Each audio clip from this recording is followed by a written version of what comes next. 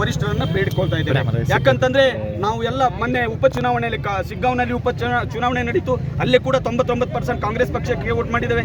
ಬಾಗಲಕೋಟೆಯಲ್ಲಿ ಉಪಚುನಾವಣೆ ನಡೀತು, ಅಲ್ಲಿ ಕೂಡ 99% ವೋಟನ್ನು ಮಾಡಿದ್ದೇವೆ. ಹಾಗಾಗಿ ನಮ್ಮ ಹಕ್ಕನ್ನ ಸನ್ಮಾನ್ಯ ಮುಖ್ಯಮಂತ್ರಿಗಳಿಗೆ ಮತ್ತು ವರಿಷ್ಠರಿಗೆ ತಿಳಿಸ್ತಾ ಇದ್ದೇವೆ.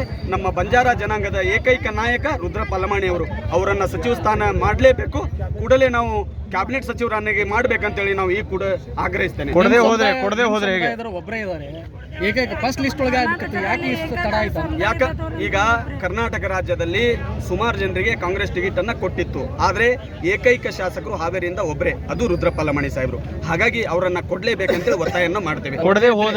ಹೋದ್ರೆ ಕರ್ನಾಟಕ ರಾಜ್ಯದಲ್ಲಿ ಬಂಜಾರ ಜನಾಂಗ ತನ್ನದೇ ಆದ ಉಗ್ರ ಹೋರಾಟವನ್ನ ಹಮ್ಮಿಕೊಳ್ಬೇಕಾಗತ್ತೆ.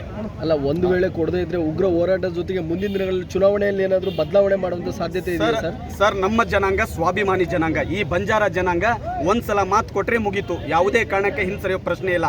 ಹಾಗಾಗಿ ನಾವು ಕೂಡಲೇ ಅವನನ್ನ ವಿನಂತಿಯನ್ನು ಮಾಡ್ಕೋತಾ ಇದ್ದೇವೆ. ಯಾಕಂತಂದ್ರೆ ಮುಂದೆ ಹೋಗುವ ಪರಿಣಾಮಗಳನ್ನ ಎಚ್ಚೆತ್ಕೊಳ್ಬಾರ್ದು ಹೇಳಿ ಉಗ್ರ ಹೋರಾಟ ಜೊತೆಗೆ ನಾವು ಅವ್ರನ್ನ ವಿನಂತಿಯನ್ನು ಮಾಡ್ಕೋತಾ ಇದ್ದೇವೆ. ಯಾಕಂದ್ರೆ ಬರ್ತಕ್ಕಂಥ ದಿನಗಳಲ್ಲಿ ಇನ್ನೊಂದು 2 ವರ್ಷದಲ್ಲಿ ಚುನಾವಣೆ ಇದೆ, ಅದರ ವಿರುದ್ಧ ಏನೂ ಆಗ್ಬಾರ್ದು ಅಂತೇಳಿ ನಾವು ಈಗಲೇ ಎಚ್ಚರಿಕೆಯನ್ನು ಕೊಡ್ತಾ ಇದ್ದೇವೆ ಬಂಜಾರ ಸಮುದಾಯ. ಸರ್, ಇವಾಗ ಏನು ಅಂತಂದ್ರೆ ಇಲ್ಲಿರ್ತಕ್ಕಂಥ ಸ್ಥಳೀಯ ಕಾಂಗ್ರೆಸ್ ನಾಯಕರು ಬೇರೆ ಜಿಲ್ಲೆ ಶಾಸಕರಿಗೆ ಸಚಿವ ಸ್ಥಾನ ಬೇಕು ಅಂತಂದು ಪ್ರೆಸ್ ಮೀಟ್ ಮಾಡ್ತಾರೆ, ಹಕ್ಕೊತ್ತಾಯ ಮಾಡ್ತಾರೆ. ಆದ್ರೆ ಇಲ್ಲಿರ್ತಕ್ಕಂಥವರಿಗೆ ಸಚಿವ ಸ್ಥಾನ ಬೇಕು ಅನ್ನುವಂಥದ್ದು ಮಾಡ್ತಾ ಇಲ್ವಲ್ಲ, ಇಲ್ಲೇ ಇದೆ ಕಾಂಗ್ರೆಸ್ನಲ್ಲಿ ಒಡಕು ಅಂತ. ಇಲ್ಲ ಸರ್, ಕಾಂಗ್ರೆಸ್ ಅಲ್ಲಿ ಯಾವುದೇ ಒಡಕಿಲ್ಲ.